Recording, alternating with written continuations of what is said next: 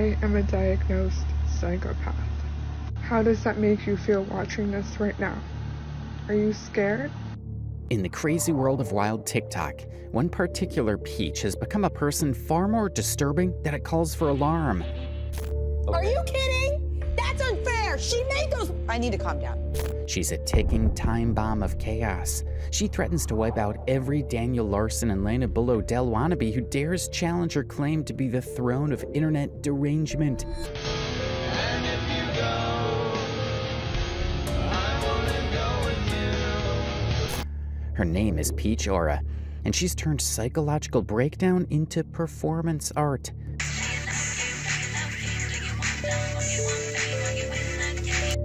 Emotional manipulation into content strategy. I said, can you please answer the phone so I can drive home safe? And he says no, he just blocked. And relationship toxicity into a full-time career. I'm losing my mind. Why the... If Unpredictable was a human being, grew a social media following, and decided to weaponize mental illness for clicks, it would look exactly like Peach Aura. We've tried classifying her in the established hierarchy of internet lolcows, and honestly, it's like trying to organize a tornado. Just when you think you've pinned down her particular brand of chaos, she pivots, spirals or changes in ways that defy all previous categories. One moment, Peach is sobbing into her phone camera about how her mental health is being dragged and mocked all over the slippery streets of TikTok. Why the is Peach Aura still trying to post and after she has said multiple times, I'm leaving this app to take accountability and to blah blah blah blah blah. She's playing the victim with Oscar-worthy conviction. I feel like I really need help right now, and I don't have anyone here for me. And I'm tired of people making fun of me when I try to open up about my mental health. While at the same time feeding the very thing that eats her up. On my way to murder my ex-BF who want to come. The next, she's tearfully complaining about her good-for-nothing boyfriend, the guy who appears to be simultaneously the center of her universe. Hi. Hi. What do you got? Got Blue Moon. I'm sorry. Wow. And the weapon of mass destruction aimed directly at her already fractured psyche. And I can't take it back, I can't unpack. I'm such a pussy! But the thing with Peach Aura's particular flavor of insanity is when she's not crying about this boyfriend, she's breaking up with him. And when she's not ending their relationship, she's starting it up again. Guess what? What? I love you too. You do? Yeah. Psych. Psych? I'm just kidding. Oh my can- god.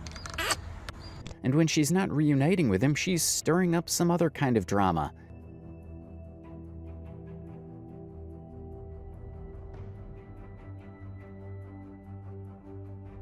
Making it a circle of toxicity that has left the entire internet asking the same bewildered question. Who are you, Peach Aura, and what in the actual hell is your problem?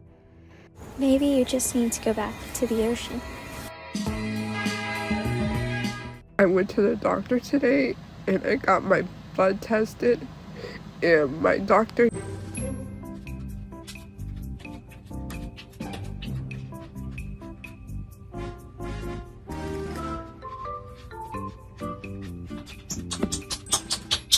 If Peach Aura has never crossed your For You page, prepare yourself. You're about to be introduced to the internet's latest hot mess. Though hot might be generous, and mess certainly undersells the weight of her unhinged nature, Peach Aura's content defies every typical rule of what should work on social media. She creates what could generously be called unusual content, though a more honest assessment might describe it as silly content. But this content somehow stumbled into viral territory through pure unhinged energy. Her TikTok bio offers no mission statement, no indication of what viewers should expect from her channel. Instead of the typical creator bio that promises entertainment, education, or inspiration, Peach Aura offers exactly 4 words. Instagram is Peach Loser. Now, you might want to really pay attention to that Peach Loser handle. It's a prophecy, a warning label, and perhaps the most honest thing she's ever posted. Because as we dive deeper into the rabbit hole of Peach Aura's digital existence, that self-applied label becomes less like self-reducing humor and more like truth in advertising. I hope I never get sober. And I hope when you think of me years down the line, you can't find one good thing to say. Then if I found the strength to walk out, you'd stay that happen. In February 2021, Peach posted a video that reached about 1 million views. Now, this was her first ever viral video. In this video, she broke down crying, begging the internet to come to her aid because she desperately needed to talk to somebody. I know this is not normally what I post, but can somebody please DM me or call me or text me, please? I'm not doing this for attention. I'm just really alone and I need somebody right now. Please, I don't care who you are. Please. Her vulnerability struck a chord with viewers, and with her being relatable according to the comments, she received massive sympathy and support. The response was so overwhelming that she had to make a follow-up video thanking everyone for the love she received. I just didn't expect to get any attention, and I didn't think anyone cares. But it means a lot to me that you guys care about me, because now I feel so much better. But what actually triggered this public breakdown? The story gets messier when you look at what happened right before. Prior to that emotional video, she posted another one where she directly accused her boyfriend Sebastian of something genuinely disturbing. She'd had a fight with Sebastian, and instead of handling it privately, she saw this as the perfect moment to expose him to her entire audience. Now, this marked the beginning of a troubling pattern. It became the first real glimpse into how Peach would use her platform not just for entertainment, but as a weapon in her personal relationships.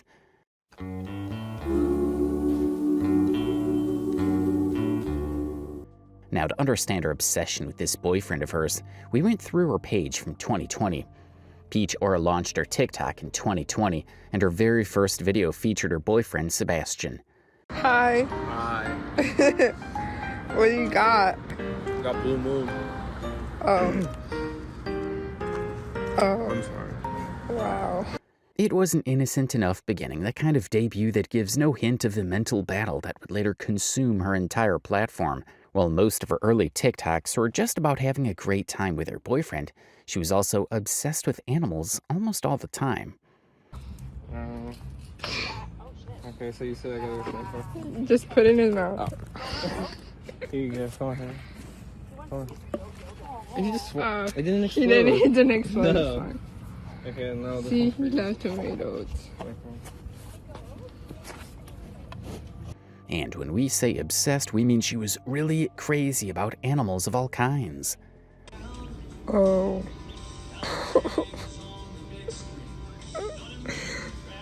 It takes $5 to make me happy. Oh my god. Who?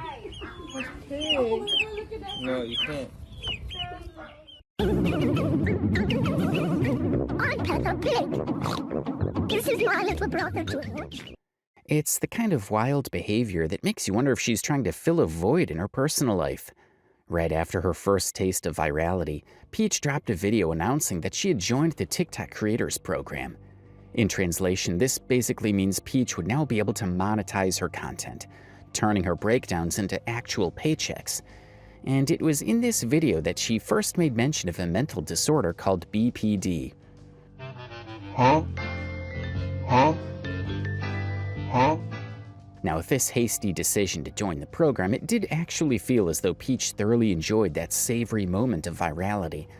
Her next series of actions strongly solidified this, because all she did moving forward was chase every ounce of clout she could find, anywhere and everywhere. 4 days after that announcement, Peach uploaded another video with a bombshell claim. She said that a lot of her followers had unfollowed her after they found out she was doing okay.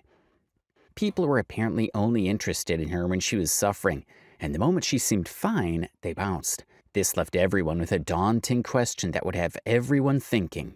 The amount of people that unfollowed me after they found out I was okay absolutely blows my mind. Like, were y'all waiting to see if I would myself? Is that why you were following me? Like, really glad to see that suicide and mental illness is a trend for you. Were her followers actually concerned about her well-being? Or were they just there for the entertainment value of watching someone fall apart? And more importantly, was Peach starting to realize that her pain was the most valuable asset?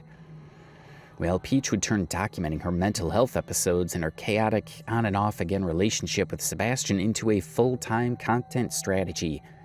I want to use this time to bring attention to mental illness, personality disorders, eating disorders, anxiety, depression, any kind of trauma. If you're going through a breakup, anything, I want you to know that you are valid and you matter. I want you to know that I am a safe place. My account is a safe place for you to go. You can DM me. I'm going to leave my Instagram in the caption. If you want to, I can personally give you my Snapchat. That's probably the easiest way to contact me so that I can reply. But I want you to know that you are valid.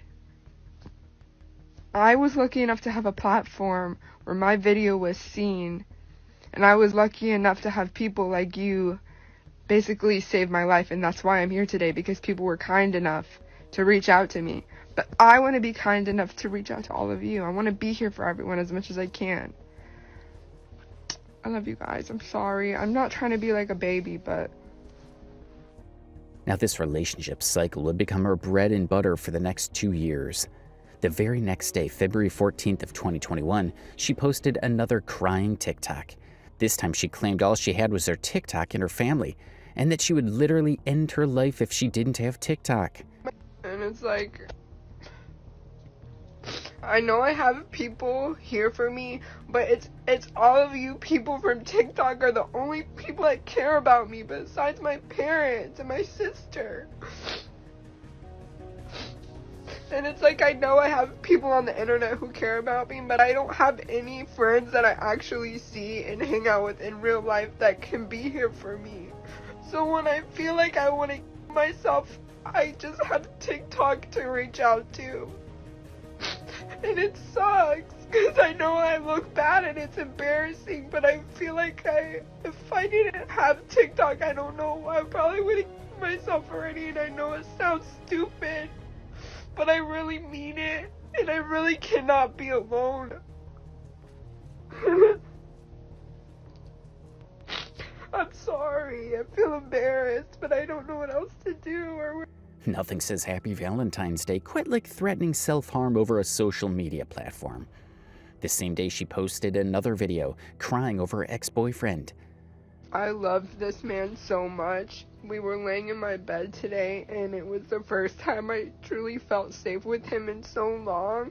And I was so happy that I just laid there and I cried. Because I loved him so much. And it's so hard when you love someone and you want to do everything for them and be everything with them.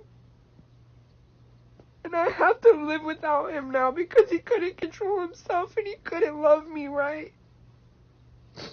I don't think I deserve to be called names or cheated on or lied to. I don't deserve to be without you on Valentine's Day. But I think the person who's really missing out is going to be him, because I loved him and he didn't love me. Otherwise, he wouldn't have hurt me, and I have to tell myself that. During this time, Peach actually had a real job at this point. She worked at a local grocery store and regularly posted TikToks in her work uniform. Now this part becomes crucial later when something happens that makes her unable to work, forcing her to rely entirely on TikTok for income. When we scrolled through her 2021-2022 content, it was basically this Squishmallow show. Beyond her boyfriend, cows, pigs, dogs, and every other animal we could find on her page, she was really into Squishmallows. So much so that it looks almost unhealthy. I didn't find any more Squishmallows, except for those, but they do have these. And they're so cute. This is at Target, by the way. This is my favorite. I haven't seen anyone talking about the Squishmallow I just got from Target. but he's so cute. Oh my god, look at the hearts in the ears, ladies. Oh my god. It's a hug me. His name is Eli, and I'm in love. Not just casually into them, this woman was obsessed. She tracked every new launch, called stores hunting for specific ones, and had a particular thing for the cow designs. She was so heavily invested in her Squishmallow collection that she constantly made videos begging for them. I know I'm wearing my mask in the car, just ignore that. If anybody can find the Squishmallow Harrison, it's the dog with the cute ears, at your Target, please duet this, message me, like I will literally pay you any amount of money to have him. She was constantly doing trades and giveaways with her audience. Sure, she'd throw in the occasional fit check or mental health post, but the Squishmallows dominated her feed. Now, if you're wondering what her age is, we're in the same boat. Somebody just made an entire video dedicated to them being so angry because they don't know how old I am. But from what we can gather, Peach Aura is a 29 or maybe 30-year-old lady. Now, first things first, to understand why there's an or, you need to know that Peach isn't always truthful about her age. Isn't it funny? And this is because she never gives us any consistent figure to work with. The woman changes her age like she changes her relationship status, frequently and without explanation. I'm sorry to the Goodwill employees that I'm in your parking lot for so long. I'm having a quarter-life crisis as we speak. So from our gatherings here and there, you could place her on the 29 through 30 benchmark. Though honestly, getting a straight answer from Peach Aura about anything is like trying to nail jelly to a wall. Moving into 2021, Peach's content remained almost the same, with her constant seeking for Squishmallows to collect, from new to high sought-after ones. She was still the same girl obsessively hunting through Target stores, still documenting every mundane moment with her boyfriend. But after a while, Peach's lore moved from documenting the eating sessions of her favorite animals. Me and my baby about to turn the up, right? Right? Running into Target stores in search of Squishmallows, to completely something we would all come together to agree that is completely abnormal. After watching hundreds of these collection videos, we're convinced she dropped at least tens of thousands of dollars on these things. Her room looked like a Squishmallow warehouse exploded, piles reaching the ceiling. We found this early TikTok where she duets with Trisha Paytas while opening a Squishmallow, calling her a fellow BPD icon. Perfect segue into the mental health side of Peach's story. She's mentioned countless times that she's diagnosed with borderline personality disorder, BPD for short. If you're unfamiliar, BPD is basically a personality disorder where people struggle heavily with emotional regulation. Around this time, we noticed something interesting happening on Peach's page. Alongside her Squishmallow posts, which were gradually picking up more views, she started posting more consistently about her ex-boyfriend, Sebastian. And the funny thing is, these relationship videos were getting significantly more engagement than her plushie content. On April 10th, 2021, she posted a video calling out people in the Squishmallow community for being mean to each other. It gets interesting when she acknowledges that she has BPD and admits she can be mean too. Essentially telling people, look, I have a personality disorder, and even I'm not acting this nasty. Not to cause any drama or anything, but y'all in the Squishmallow community are some of the fakest and meanest people I have ever met in my life. Most judgmental, mean, hateful people I have ever met in my life. Coming from somebody who is mentally ill with BPD. I am a mean person with mental illness, and some of y'all are just awful people. Like, it's stuffed animals. Can you relax? Like, my God. This showed surprising self-awareness about her condition.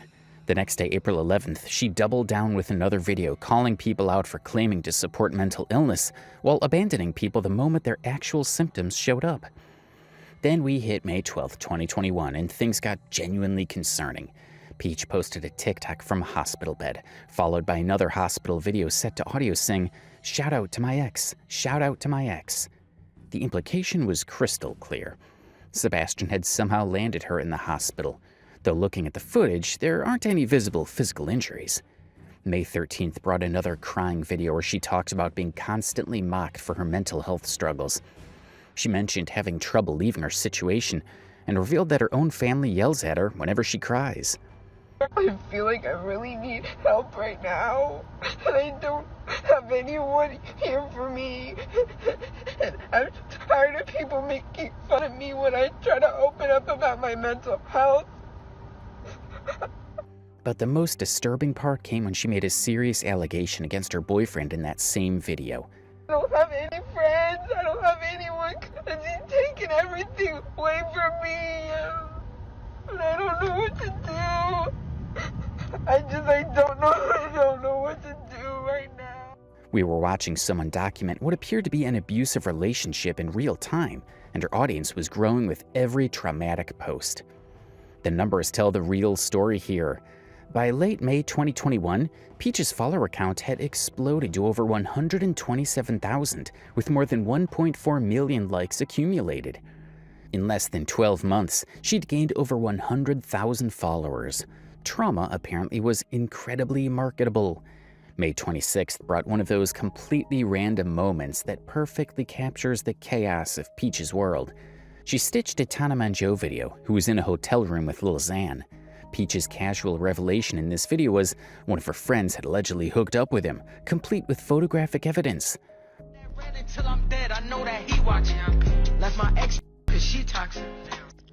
This is him with my friend like a month ago. This is from her Instagram story, by the way. I just think it's funny. It doesn't mean anything, it doesn't matter, I just think it's funny. This is also from her story. She literally gave him a tattoo. Like, yes, queen. She marked him forever. Yes, you go, girl. And now he's with Tana again. Yes. This is them again. Yes, bitch. She's looking cute as... Again, this is not hate towards anyone. I just think it's funny. And she's cute. So, yes, good for her. Happy for her. Yes. I just think it's funny. Please don't be mean. This honestly is quite funny, because why did she have to? By September 3rd, 2021, the Sebastian situation had reached peak confusion. While visiting Build-A-Bear, Sebastian appeared in the background of her video. Now, the thing is, this created a problem. Peach consistently labeled him as her ex in her breakdown content, yet there he is, clearly still in her life. The contradiction wasn't lost on her followers. Comments started rolling in, questioning why she was back with her ex. Her audience had become emotionally invested in her story, particularly since mental health struggles and relationship trauma formed the foundation of her content. Watching this endless cycle of breakups and reconciliations was wearing thin. Why are you stalking my page? Did he send you here? Are you my replacement? Hey, babe. You might want to worry about yourself, babe. Stop worrying about what I'm posting. Go respond to a Snapchat, babe.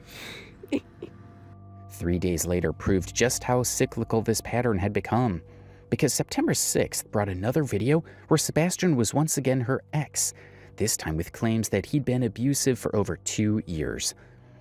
On September 10th, Peach introduced us to something that would later become central to her identity, her first documented use of a fake, very thick and shocking Southern accent. Guys, my little gay heart could not stop myself from buying this Build-A-Bear. And I may like her better than the pumpkin cat. I don't know, something about the bows, something about the rainbows. It was just giving me Lady Gaga. She's openly admitted the accent isn't real. While it wouldn't become a consistent part of her persona until a major event later on, this marks its debut appearance. 4 days later, September 14th, 2021 brought genuine emotion to her feed. The anniversary of her best friend's suicide prompted a visit to the gravesite. Peach's friend had been only 16, and she confessed to visiting just twice in 10 years due to overwhelming guilt. Bring something to her grave, but I only have visited her one time, and like she probably used to getting flowers. This friend's death becomes absolutely crucial to understanding her lore. But here's what makes this particular anniversary even more devastating. Sebastian had promised to accompany her to the gravesite, only to bail at the last minute and then break up with her on the actual anniversary of her best friend's suicide. I was supposed to see my boyfriend today and go with her to her grave. I have only been to her grave once. And he decided to ditch me and block me without explanation and break up with me today. If you think that's rock bottom, you're wrong. It gets significantly worse. The next day brought another Sebastian-related breakdown, complete with the usual crying and captions. But September 17th, 2021, something crazy happened that crossed every possible line. Peach posted screenshots of text conversations where Sebastian not only told her to end her life, but actually asked if he'd gained clout from her death because of her social media following. This sick question came from his aspirations as a wannabe rapper with absolutely zero talent, viewing his girlfriend's potential suicide as a career opportunity. September 23rd, 2021 marked Peach's first major public controversy. There was this case of a young woman by her abusive boyfriend, Brian Laundrie. And during the whole manhunt for Laundrie, a video surfaced on Facebook allegedly showing him alive. Now, what does Peach have to do with this? Peach shared this footage on her TikTok platform. Nah, because what the is this? This got me heated. What the? Why is he posting on Facebook? Y'all, I can't. He has the audacity to post a video of him walking in the woods. What the? Now, the problem with this is, this video was a deep fake, meaning it was completely AI generated. She even had people in her comments telling her. TikTok removed it and suspended her account, though she successfully appealed and got it reinstated. So, my original video got deleted yesterday by TikTok for harassment and bullying of Brian Laundrie, who is a murderer, which is interesting to me. And they suspended my account. But I fought back against it and got the video put back up today. Instead of quietly deleting the debunked content, she made several TikToks addressing the fake nature of the video. People were pissed. They told her to do some basic research before posting and demanded she take down the fake video. Makes sense when you have 127,000 followers accidentally spreading conspiracy theories about a murder victim. Peach's brilliant defense strategy was blame it on being gullible and neurodivergent. And those of you asking why I'm so gullible and so stupid, and if I'm an R word, I am neurodivergent, and I'm sorry. I thought I was doing the right thing. I apologize for posting the video, but I'm not deleting it because TikTok had originally deleted it for harassment and bullying of Brian Laundrie. They didn't delete it because it was false information. They deleted it for bullying. That video is getting views, and views are apparently more important than not being a garbage human being during a tragedy. This whole mess revealed Peach's true priorities. She's obsessed with engagement metrics and will cry actual tears when her content doesn't perform well. The Gabby Petito deepfake was doing numbers, so integrity could take a back seat for all she cares. Her response to criticism was equally predictable. Peach can't ignore even the tiniest negative comment without making an entire TikTok about it, usually making herself look worse in the process. By December 26th, Peach decided to crowdsource a Lyme disease diagnosis from her followers, complete with photos of a massive bruise on her leg. Please excuse my appearance. I have been crying. Can somebody on TikTok tell me if I have Lyme disease?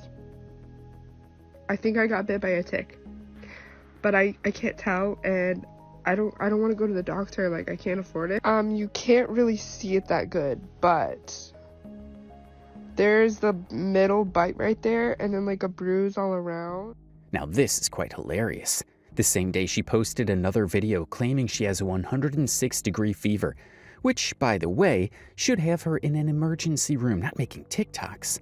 I have 100.6 degree fever, and I have really bad stomach aches. And this is probably too much information, but every time I pee, like, it hurts my lower stomach so bad, and I feel like I can't walk or get up. So I don't know if that has anything to do with the bug bite or something else. Please help me. This became a disturbing pattern. Anytime Peach thinks something's medically wrong, instead of seeing a doctor like a rational human being, she posts about it on TikTok. Honestly, you can tell she does this purely for views. Given how she complains about low engagement, it's pretty clear she prioritizes TikTok metrics over everything else in her life. We didn't find out what actually happened until January 6th, 2022, when she revealed she'd had COVID all along. So because of COVID, I'm stuck at home, and my mom went to Build-A-Bear for me and took all these videos so I can make them into a TikTok for you guys. And can you guess what we're making today? Shocking absolutely no one who understands how thermometers work. February 22nd, 2022 brought a genuinely touching moment. Peach visited her deceased friend's grave, bringing roses and a friendship necklace that she carefully wrapped around the gravestone. She opened up about being clingy, explaining it stems from losing her best friend. You never know when you're going to lose someone. A lot of people tell me, especially when they get close to me, that I'm a very clingy person, right? Or like, I'm very obsessive, I can't let things go. You know, I think it might, I don't know, might be some type of trauma I went through maybe. You just really don't know when your last moment is going to be with someone. You know, whether it's your friend, your family member, your partner, you really just don't know. So if I struggle with letting things go and being obsessive and clingy with people, it's because I'm... Then March 24th, 2022 delivered peak Peach controversy. She used one of those TikTok filters that randomly assigns you a character, this time a Sanrio one. She got Pom Pom Purn, the adorable yellow puppy, and her response was a caption about how the character choice triggered her body dysmorphia. The internet lost its collective mind. People were calling her fat-phobic for associating a cute cartoon dog with body image issues. When she tried explaining she wasn't being fat-phobic and was just triggered due to her eating disorder, people told her that ED itself was fat-phobic. To somebody who's fat-phobic. How was that fat-phobic? Like, what, like, I don't, can you please explain to me? Because if I'm fat-phobic and I don't even know it, then you might as well make me aware of why I'm fat-phobic. Also, aren't we cute? Imagine getting canceled by a cartoon dog. Only Peach could accomplish that level of chaos. But then again, April 7th, 2022 brought even more Sebastian drama, because apparently we hadn't suffered enough. Peach posted Snapchat screenshots showing him being verbally abusive again with the caption, "This is the day I should have left."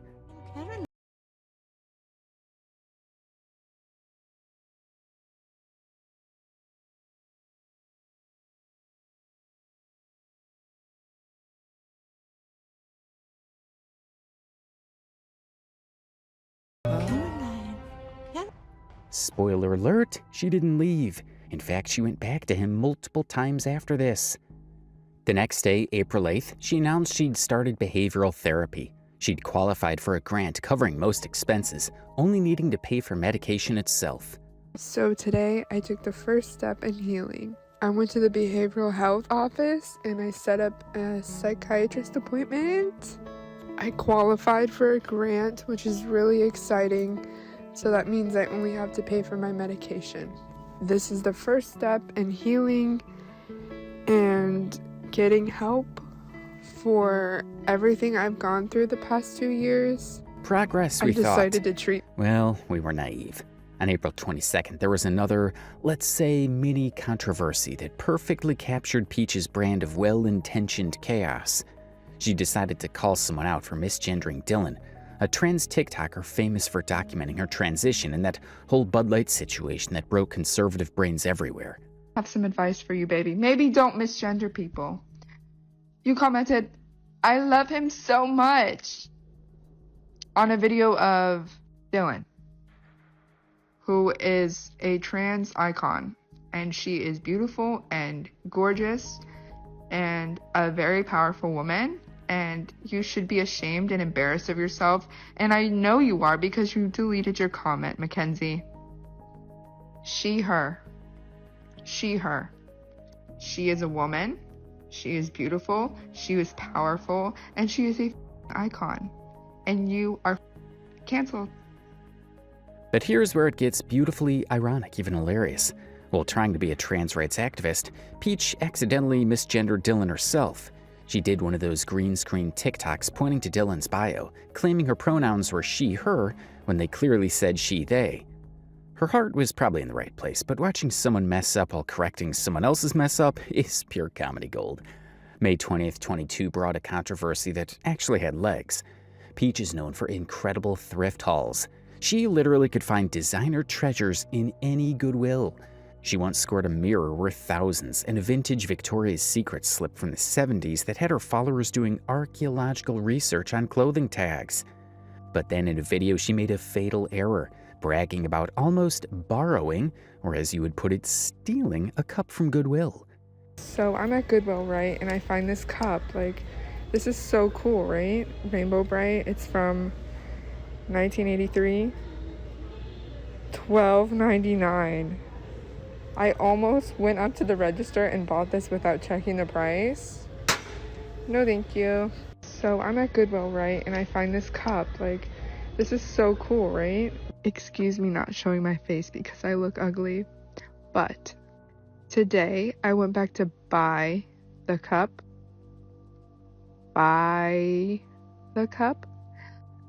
and that was gone. So somebody either bought the cup like I was gonna do, or they actually paid $12.99 for a plastic cup. This wasn't a one-off slip either. She started teaching her followers theft techniques and posted multiple videos about her borrowing adventures. Now, May 28th introduced a new chapter in Peach's transformation. She made her first lip filler post. Guys, I just got my lip injections done at Claire's. What do you guys think? This might seem like pointless beauty drama, but there's a method to this madness. Peach becomes oddly obsessed with lip filler discourse. I have a question about lip filler. And this is my first time ever getting it, right? So I go in there like, yeah, I just want something kind of natural and whatever. And then when she asks me for some reason, I say I want the Ultra Juvederm. I don't know, it just comes out. I don't know. Even making viral TikToks dragging celebrities for their bad filler. Chloe Cherry's lip filler is done exceptionally well. And a lot of people think that it looks bad, but her lip filler, any picture that I've seen it, she has so much lip filler with zero migration. And that's like so hard to have. Like to me, they look good. To me, whoever did her lip filler is an absolute genius. To me, a lot of people don't like it. Normally, who gives a damn about someone's cosmetic choices? But here's why this matters. Peach got an absolutely insane amount of filler in record time. We're talking 9mm within a single year, when most people get 0.5 millimeter to 1 millimeter per session and wait 6 to 9 months between appointments. The math gets interesting when you consider the cost.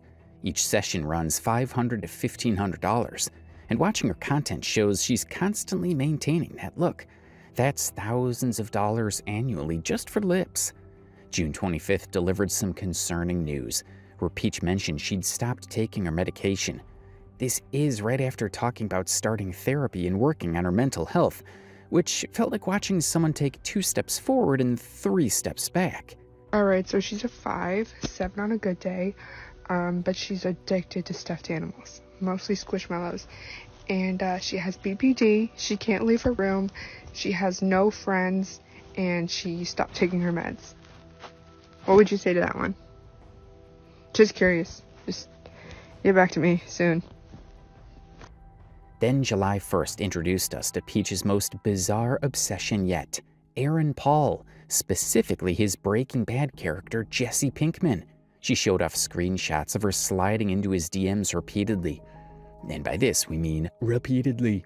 Trust me, I get it, and he doesn't even respond to me. I message this man 1,000,000 times a day. I have problems. Obsessed doesn't even begin to cover it. While researching this story, we found dozens of TikToks dedicated solely to Jesse Pinkman. Here you go, bae, so you can crop it and screenshot it. It's my wallpaper currently. I'm so in love with this man. Jesus Christ, I need psychiatric help. I'm serious. I'm begging for help. I want this man to do gross, disrespectful, unspeakable, borderline illegal things to me. I want us to be done and him not be able to look at me after, not be able to talk to me after.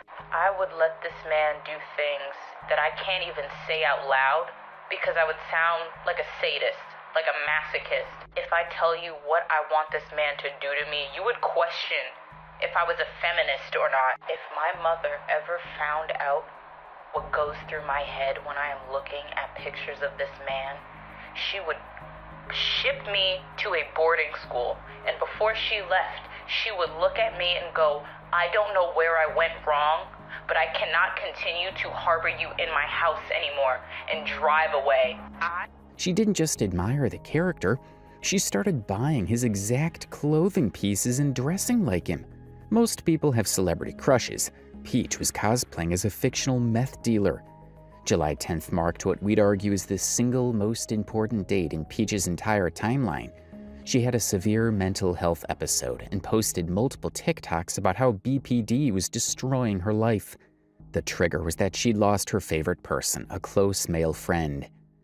Okay, so this person is just my friend, but he is a guy, and even though he is just my friend, because I have BPD, I show like obsessive behaviors on accident. I don't mean to do it, it just happens. I feel like I just can't do anything right. I don't understand what's wrong with me, because I'm trying so hard to apologize and just to fix things, but I feel like I'm just not deserving of basic human kindness, and I don't know. It's been literally a week, and I haven't stopped apologizing. Literally every single day, I try to text or call or apologize or just do anything. I just can't. I just want to be able to go to sleep. If you're unfamiliar with BPD terminology, a favorite person is someone who becomes your emotional lifeline. That's your primary source of comfort, validation, and stability, often creating incredibly codependent and unstable dynamics. Losing an FP can be absolutely devastating for someone with BPD. This moment changed everything. If you're wondering how Peach went from wholesome Squishmallow collector to whatever she became, this is your answer. This is the exact turning point where sweet, quirky Peach died and something else took her place. Her personality shifted completely. Squishmallow content basically disappeared, replaced by constant mental health breakdowns. Her style changed, her mannerisms changed, and most notably, this is when that fake Southern accent became permanent. She even confirmed later that this event fundamentally altered who she was. On July 26, 2022, we see another mini controversy when people spotted marks on her thighs that looked suspiciously like fresh self-harm. By the end of July 2022, Peach's mental health was in complete freefall. She posted another series of TikToks revealing more details about her diagnosis. She'd been living with BPD since her diagnosis at 18, nearly a decade at this point, since she was 27, as she said. But now she was also experiencing psychosis, sometimes twice daily. Are you messing with me, babe? Where the hell am I romanticizing anything? I'm literally just telling what I do. And how are you going to judge me for my ways of coping with my problems? That's my problem, not yours. I think maybe we can all agree that you should focus on yourself, babe. You're beautiful. I'm sure you're smart. You're probably a sweet person. But it's not great to talk to someone like this, especially someone with a personality disorder or any type of disorder, any type of problem. People deal with their own issues in different ways. This is my coping mechanism. This makes me feel better. I make this content for myself, bae. Who are you to tell me? Have a good night. Bae, you really thought you did something there, huh? I'm a 27-year-old woman. I live with my parents. I've been diagnosed with BPD since I was 18 years old. Second of all, this is not my real accent. I'm on antipsychotics, anti-anxiety meds, stuff to try to make me sleep. Doesn't work. I sleep maybe 4 to 5 hours a night, if I sleep at all. I go into psychosis 1 to 2 times a day, maybe more, depending on the day. My best friend committed suicide when I was a teenager. In high school, bae. She's been gone for like 10 years and I still can't visit her grave. I've only gone like twice. My other best friend of like 3 years just dropped me. He hates my guts. I literally cannot take care of myself, bae. If you saw my room in my car, bae, I lost my grant to see my psychiatrist. Now I have to pay $300 for every appointment. I work at a goddamn grocery store, bae. I work like 10 hours a week. If making TikToks is my coping mechanism, I think we can all deal with that, don't you think? Maybe? I don't have to justify myself to you or anyone else. Love you though. I literally cannot even drive myself to work, bae. I've had an ED for almost 10 years and never received any help. I am alone. The only people I have for me are my parents and my TikTok followers. That's it. I don't have anyone. Love you. You're such a positive person. You're so supportive. God, love you, babe. She confirmed her decade-long struggle with an eating disorder, even showing off a wrist tattoo with an ED recovery symbol. The picture is becoming clearer and more disturbing. BPD since 18, ED for 10 years, dead best friend, toxic on and off relationship, and now psychosis. It's like watching someone collect mental health conditions like Pokemon cards. She started responding to comments accusing her of body checking, essentially showing off her body in ways that could trigger others with eating disorders. Ain't no way you think just because I post my body in a video that I'm body checking. Babe, what are you talking about? I posted this video because I look good, babe. What? Go outside, babe. I love you. I'm sure you're a gorgeous human being, but, babe, not everything is body checking. Sometimes I'm just like, damn, girl, I look good, you know? Love you. This became another ongoing controversy. People familiar with EDs noticed patterns in her fit check videos that seemed deliberately triggering, always wearing similar outfits that emphasized her size. You want to know something real crazy, babe, that you can do? Watch someone else's videos, babe. If you think I'm cringy, imagine how I feel about myself, babe. I literally cannot stand myself. Look at you. You're probably gorgeous. You're probably handsome, gorgeous, smart. Like, you don't need to be saying all this online. Stop. You don't need to be acting like this to a stranger online. You're better than that, babe. You are. And if you don't like me, simply don't watch me, babe. I'm doing whatever I want to do, babe. And it makes me feel better. I'm going through stuff. And if you don't understand, I don't care. It's not my problem. But you should focus on you. Love ya. Then her content took an even more alarming turn. She started making videos claiming she saw herself as a god amongst mortals, expressing genuinely grandiose delusions. Turns out she was experiencing a full manic episode. Her psychiatrist had increased her Seroquel from 50 milligrams to 300 milligrams. That's an antipsychotic primarily used for schizophrenia and severe psychosis. Going from 50 to 300 is not a gentle adjustment. And here's where we finally solved the mystery of that fake accent. During this manic episode, Peach developed what she calls her Southern persona. She's admitted multiple times that the accent isn't real. It literally emerged from mania. She's maintained this accent from that moment until today. Whether she's stuck in perpetual mania or just kept it as part of her internet persona is anyone's guess. She's claimed she doesn't understand why she does it, but when she turns on the camera to become Peach, it just happens automatically. So there you have it, the accent mystery solved. You're welcome. Fair warning, from this point forward, everything gets crazier. Losing her favorite person wasn't just a turning point. We call this a complete personality death and resurrection. She started documenting every mental health crisis in real time. BPD episodes, manic episodes, psychotic breaks. We're talking 3 to 10 posts per day of pure psychological breakdown. By late July, she developed a new trademark, random, shrill screaming.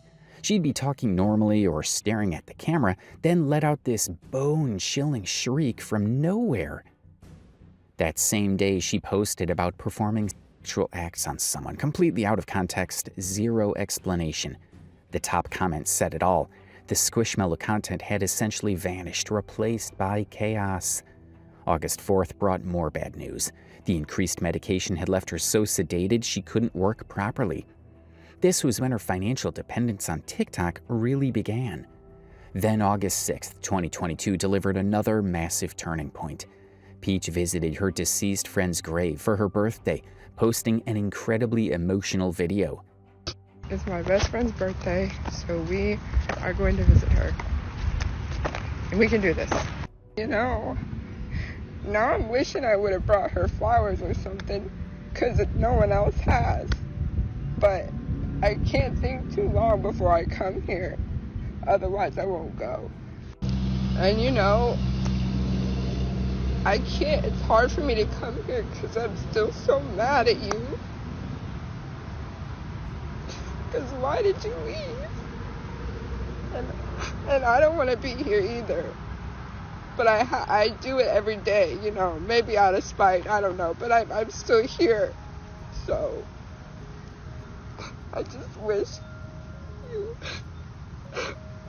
like maybe if I was a better friend, you know, because I blame myself, and not only do I blame myself, I take it out on myself every day.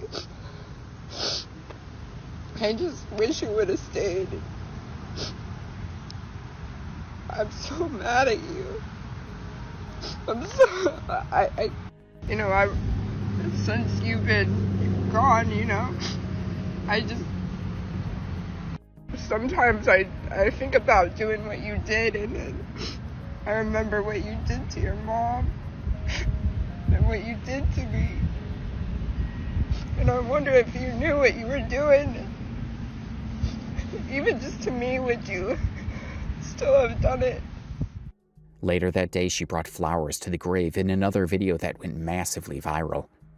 She shared the full story of her friend's death, talked about who she was as a person, and showed pictures of them together as young teenagers. Her friend had died by suicide at just 16 when Peach was 17. So I was just at my best friend's grave, and it's her birthday. She would be 26 today. And no one else brought her flowers, and neither did I. And it started to pour when I was talking to her.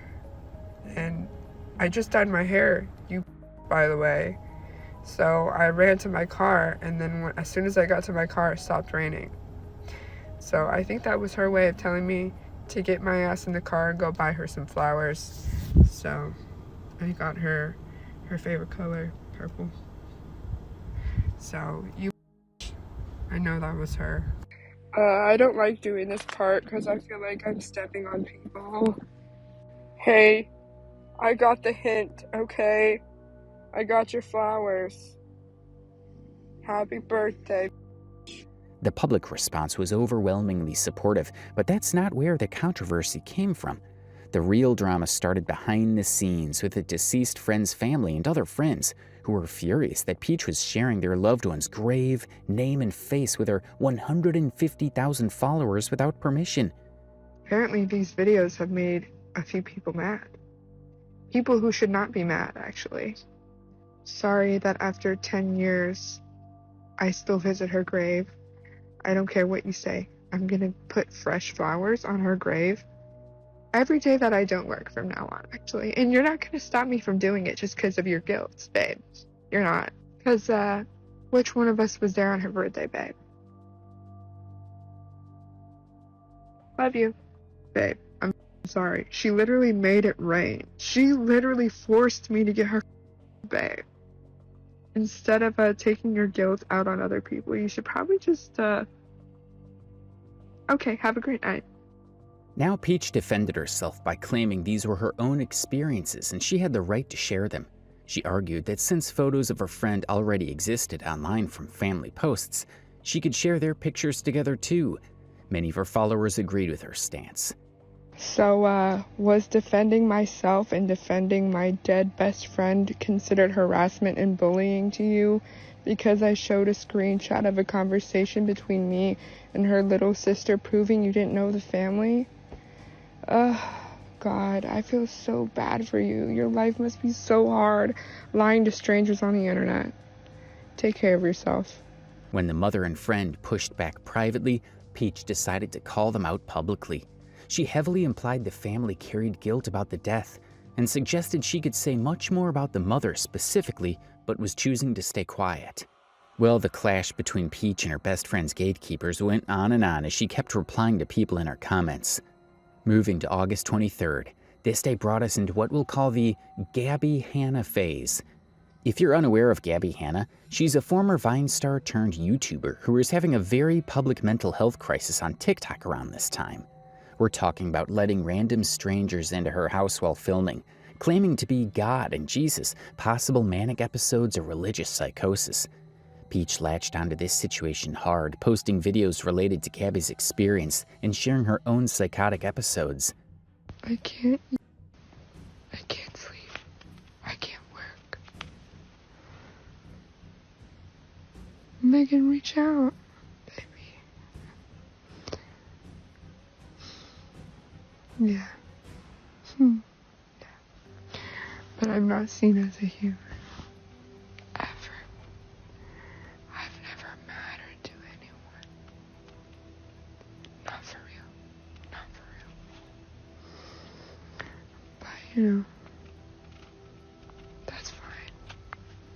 I know what you're thinking. Megan, you're funny and adorable. Are you single? Yes. Babe. Stop fucking playing with me. Stop. Are you watching my stories right now? Babe. Really? What are you thinking? Babe, stop. Are you still watching this? I kinda like you. I think I'm experiencing psychosis.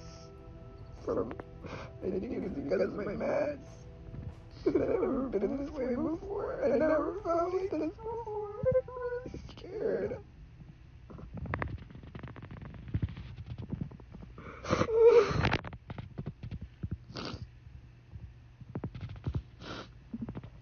feel like I'm losing myself, and I feel like I'm not living in reality at all. I don't like the beach. I don't know why. God, are you out there? If you are, send me a sexy to my car right now. Please, God, I've been so good today. Also, make my lip filler come back. What the is going on here with that? Like, seriously, guys, right?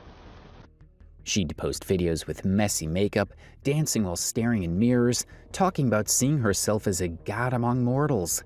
Some of these went viral, and surprisingly many comments thanked her for the educational aspect. Psychology students found them helpful for understanding these conditions.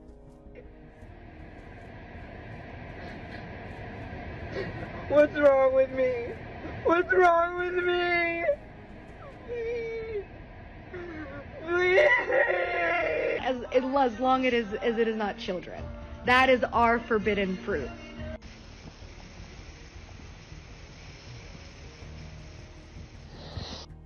One particularly disturbing video showed her transition from thinking she was a god to believing she was possessed. You can actually see the moment her demeanor completely shifted in seconds.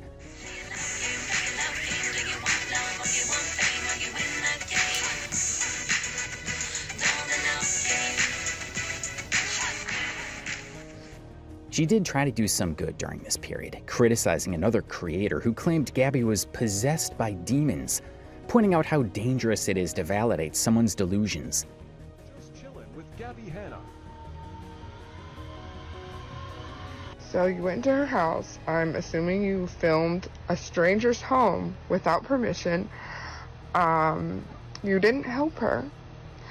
You instead decided to film everything just so you can get clout. And then you're in your car on live instead of actively getting help.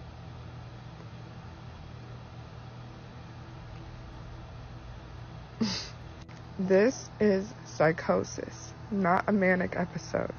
And I think everyone should come together and be kind and try to figure out some way to help, because I'm at a loss here and I haven't left my bed all day because I'm so worried and I just want to help. But even her attempts at helpfulness got twisted into controversy when people accused her of being racist, leading to more defensive drama. So because I am a white woman, I am not allowed to challenge the opinion of a person of color. Is that what you're saying? Genuinely, is that what you're saying? If I was challenging a person of color on a topic related to racism or anything to do with something I was not educated or experienced in, I would understand. That would be racist. If I attacked a person of color based solely on the color of their skin, that would be racist, and that's wrong.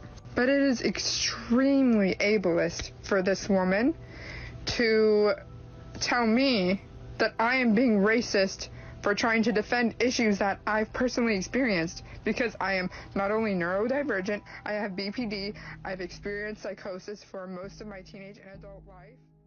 September 14th brought another mess when she shared a story about her first kiss with a girl. Innocent enough, except she dropped the other person's full name to her massive audience. People rightfully called her out for potentially outing someone without consent. Peach got defensive and showed that the girl had 2 million followers herself, as if that somehow made it okay. Dude, I know. And she was like really good friends with Rosemary, but Rosemary doesn't like me. But this is her Instagram now. Y'all, 2.2 million followers. My first kiss. Having a platform doesn't eliminate your right to privacy and boundaries, but Peach couldn't seem to grasp this concept. Excuse me, I'm in the middle of doing my makeup. I'm actually not gonna let you turn this into something it isn't, right? This situation actually happened to me with somebody I actually knew in real life. So it was quite literally nothing to her. Like I said, your culture is not the only one that exists. In certain cultures, it's normal, you know, get it? It means nothing. You should go outside and go for a walk. I don't know. By October 27th, 2022, Peach had discovered her new favorite hobby, complaining about view counts.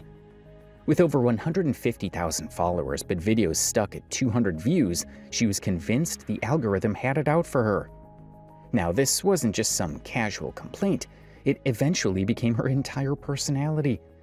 The mental illness is real, but honestly, she's absolutely weaponizing it. Once she figured out that crying got more views than Squishmallow unboxings, her content strategy wrote itself. So a few days later, she shared her high school bullying experiences, adding another trauma layer to her origin story. People used to treat me like absolute dog in high school. It got to the point where I was genuinely afraid to be myself. I would like wear plain clothes to try to like fit in, just to try to get it to stop, and it never stopped. There was nothing that I could have done to please anyone, because it was just me, something wrong with me, I guess. But after I graduated, all the people who used to bully me and make fun of me were suddenly the same people who wanted to be my friend or who wanted to go out with me, for all the same reasons that they used to bully me. Now I'm not afraid to be myself. I'm not afraid to dye my hair.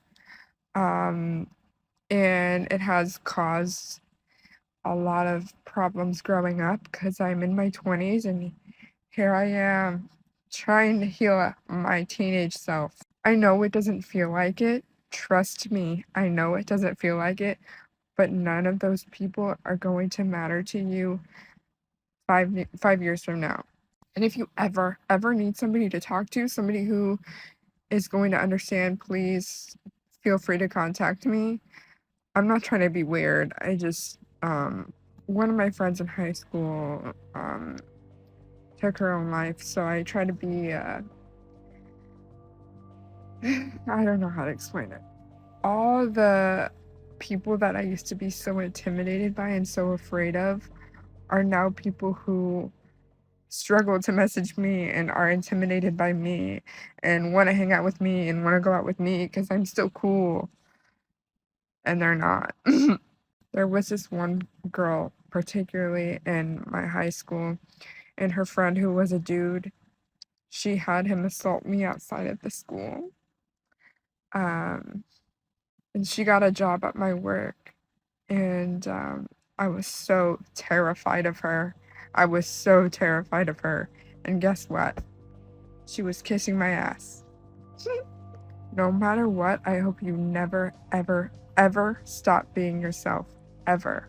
You are beautiful, and you showing this type of content is actually helping other people who are going through the same things as you. I just want you to know I'm proud of you. We don't know each other, but I'm proud of you. And like I said, if you ever need anything, message me. Okay, bye. November rolled around with much darker content. Peach posted a video where she opened up about being sexually assaulted by a coworker, who then claimed it was just an affair, nearly costing her the job. The resulting PTSD was just another item on her growing list of psychological baggage. Almost 4 years ago, I was R-worded by a coworker in the parking lot of my job. He was 10 years older than me, with 2 children and a pregnant wife. He did it in the backseat of his truck, where his kids' car seats were. I don't want this video to get flagged, so, and the red liquid that comes out of your body was all over the backseat because he hurt me so bad. He knew I was gonna tell, and that I was gonna tell his wife, and I was gonna tell the managers. He got to her first, and he told her that I seduced him, and it was consensual, and it was my fault. And everyone at my job. He told everyone at my job the same thing. My store manager, who no longer works there, pulled me into his office alone and told me I was a homewrecker. And I had disturbed his associates. He told me I should be punished. He called me things that I cannot say on TikTok. My store manager. One of my other managers, she said the exact same thing to me. And so that's the narrative that was spread around my job. And his wife posted about it all over Facebook. And I knew it didn't matter what I said because they already made up their mind about me. They already made up their mind about what happened without me even speaking the truth. Since then, he has reached out to me multiple times and gone out of his way to stalk me at a Target. This singular event has caused so much PTSD. It's affected me in ways that I don't even think I'm aware of. And it's something that my brain covered up for a very, very long time. But now it's all I can think about. And I'm realizing now that it wasn't my fault. It wasn't. He did that to me. He did it to me. And I'm gonna take my power back from this situation, and I'm not letting it hurt me anymore. I refuse to be the victim, the hurt girl. This has taken so much from me. And caused a lot of problems at my job because they still have no idea what really happened. I'm going to tell the truth to my new managers at my store. I'm gonna grow and I'm gonna be okay. I'm gonna be okay because he can't hurt me anymore. Then on November 23rd, we see another day that captures Peach's chaotic life. In a video, she posted that her doctor called demanding she get to the ER immediately because her blood work showed something requiring urgent treatment. I went to the doctor today and I got my blood tested, and my doctor just called me at 6:30 and I just called back at 8:00 p.m. and she told me I need to go to the emergency room and that it was critical test results and that is life-threatening. But it's Thanksgiving tomorrow. I don't want to go. Has this ever happened to anyone else? In another video, she casually mentioned never telling doctors about her eating disorder and having dangerously low white blood cell counts because she was scared. So my white blood cell count is extremely low. I think it's supposed to be between 4 and 10, and it's at 1.8. But I don't have a fever or anything, and my red blood cells are fine. I'm just freaking out because I went there today just to get blood work. I had originally went in September. I went to the emergency room and stuff because I'm always tired, like all the time. And I don't know why, and chest pain and things like that, but I do have an eating disorder. But they don't know that, and I know I should tell them, but I'm terrified. So I don't know if she was just telling me that it was life-threatening as a precautionary thing, just to make it serious enough for me to go, or if it's actually life-threatening and I need to go now. But I don't want to. I honestly don't want to. So, in 2020, my white blood cell count was 2.0. And then it went back up to 2.5. And now it's at 1.8, which is the lowest it's ever been. I don't know. I'm just tired all the time to the point where, like, I don't even work anymore because I'm so weak and I shake all the time. So, I don't know. I'm probably gonna go tomorrow, but I don't want to, honestly. My life is just one sob story right after the other, and I just can't seem to do anything right. So, I just feel like everyone would be happier if I didn't go. So, I'm probably fine. I'm sure I'm fine. After finally dragging herself to the ER, she basically vanished from posting until January 2023 dropped the cancer bomb.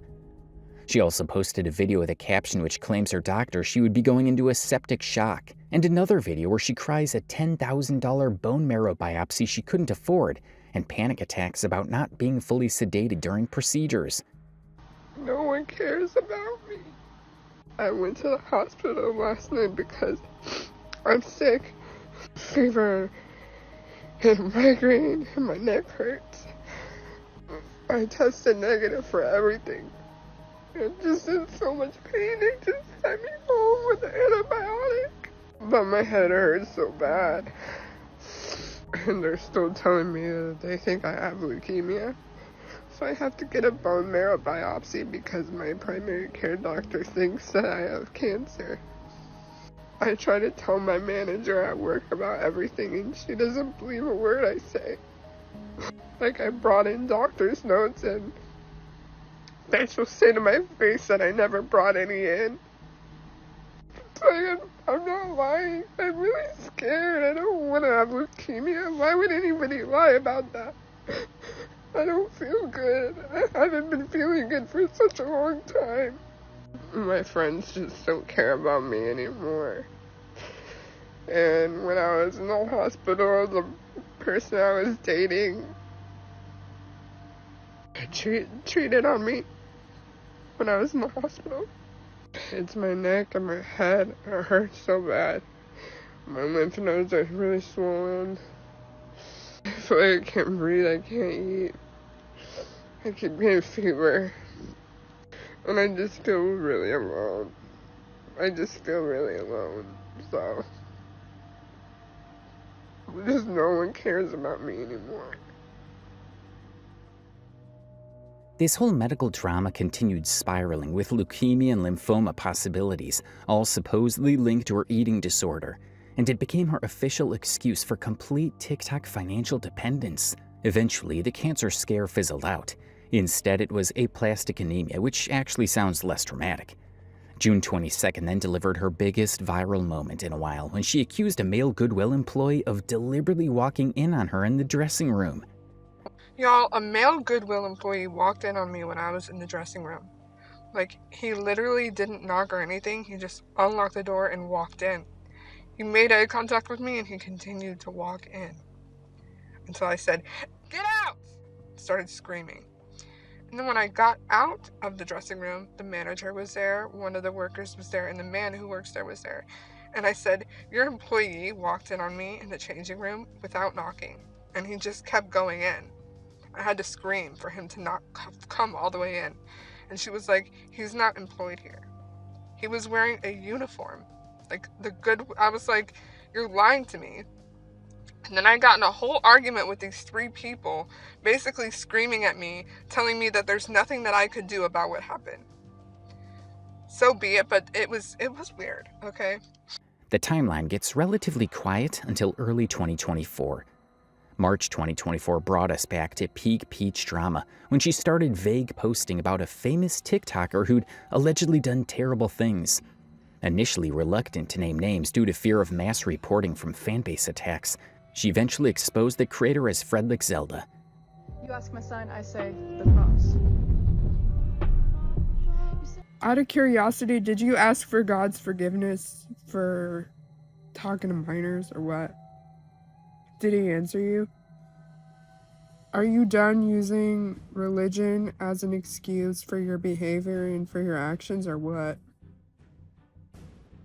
Everyone's asking. We're all waiting for an answer. Freckled Zelda was watching my Instagram stories.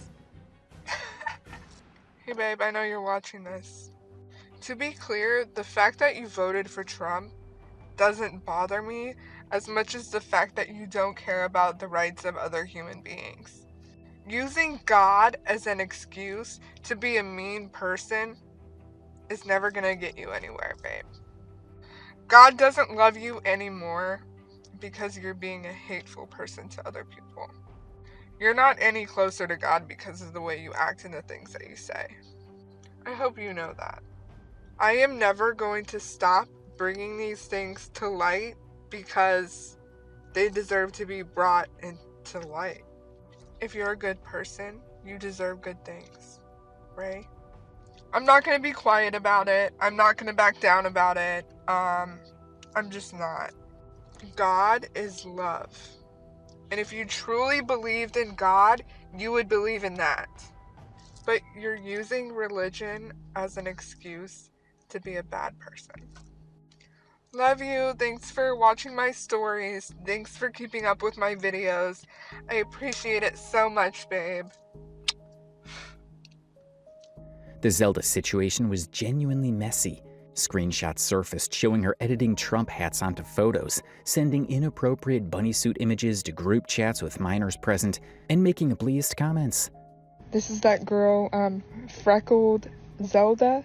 This is her, by the way. This is her. You see that? No one on TikTok is allowed to know. This is her. Just saying. Peach was actually among the first creators to call this out, gaining significant traction and establishing an ongoing feud. Zelda allegedly sent cease and desist letters, threatened defamation lawsuits, and tried getting Peach's account banned multiple times. Despite being completely obsessed with her male friend for years, Peach somehow found time to date this ex-Marine who looked suspiciously young and turned out to be both creepy and allegedly racist. True to form, they had an on and off relationship where every breakup became content. She'd expose his behavior, then inevitably take him back, rinse and repeat. One particularly concerning post mentioned how uncomfortable she felt about him constantly hanging around minors, with his friends frequently bringing underage people into their social circle. Unlike her, she deleted most of these posts, though traces remain in her comments sections like digital breadcrumbs of poor judgment. During one of their breakups, she posted his vandalized sunglasses where she'd written F Donald Trump and lyrics from Wicked, making various allegations about his character. Now here's the funny part. These revelations about his racism and conservative views directly contradicted everything Peach claimed to stand for, yet she kept going back to him. When pressed about the minor situation, she backtracked, claiming the teenager was actually 18, which doesn't really improve things. Plus, she'd said minors, plural, so either she was lying then or lying during the clarification. Now we've reached present day, and it turns out our social justice warrior had quite the racist past. Shockingly, absolutely no one had been paying attention to her pattern of hypocrisy. First discovery, a video from 2013 when Instagram introduced video features of Peach saying the N-word with a hard R repeatedly. Not once, not accidentally, repeatedly and deliberately. Someone also found a photo of her sister in what's clearly blackface. But Peach's defense was that it wasn't blackface, just her sister smearing pink and purple glitter and makeup on her face for fun. This is not a picture of me, and I am going to give you some context so that you can stop harassing me and accusing me of blackface. As you can clearly tell, this is not a photo of me. That is not my eye color. My face does not look like that. This photo was taken in, I think, 2011, before I got lip filler. My lips did not look like that, babe. That is a picture of my little sister, okay? To add further context, me and my sister did not grow up going to the same school, except maybe in elementary school for like 1 year. I don't know. But she would go to school at different times than me and go home at different times than me. We were not on the same schedule, so my sister loved to, and it was very easy for her to mess with me. If you look at this picture, there's not just black on her face. There's like purple and pink and red. She took my makeup and drew all over her face with my makeup so that I wouldn't have makeup to be able to go to school with the next day. You can see she even put my mascara on. Like, it's not what you think it is. And I really didn't feel like I had to defend or explain something like this because it isn't blackface. I assumed that it was obvious that this was not a photo of me, but somebody went through my Instagram and scrolled all the way down to like 2011, found this photo of my little sister when she was a kid with my makeup all over her face, and then said that it was blackface. That's the context. Just like the people who are saying that I dated a predator. That is not what happened. Nor would I ever defend a predator. My ex-boyfriend dated a minor after me. I have no control over that man at that point because that is my ex. I cannot handle any more harassment and lies being spread about me. It is having a really bad effect on me and my family because I have found so far 5 Apple those little tracking things on my car. But here's the context of this picture. This is not blackface. It is not just black. I don't know why you can't seem to see the other colors that she has scribbled all over her face, but this is the context. This is what happened. This is not me, and this is not blackface. Hope that helps. There are actual terrible, horrible people in this world who are saying slurs and actually doing blackface. And I think that those situations deserve the attention that for some reason this photo that is not even a photo of me and is not blackface. You can literally see, like, you can see that it's purple and pink, and like there was glitter all over her face. I'm done explaining, and this is the only time that I will ever explain this. There is empathy to be had for Peach and everything she's been through. The abusive relationship, losing her best friend, and her health struggles, her eating disorder, the BPD, all of that is real and it's heavy. But here's the thing, the story doesn't add up, not for a second. After everything that's been researched, after all the evidence that's been presented, it's clear that Peach is being dishonest about her racism. She knew exactly what that slur meant when she said it. The internet knows her for being so performative, and of course, it's insulting to the community she claims to support. At the end of the day, actions have consequences. The internet doesn't forget, and it shouldn't. Peach made her choices. Now she gets to live with them.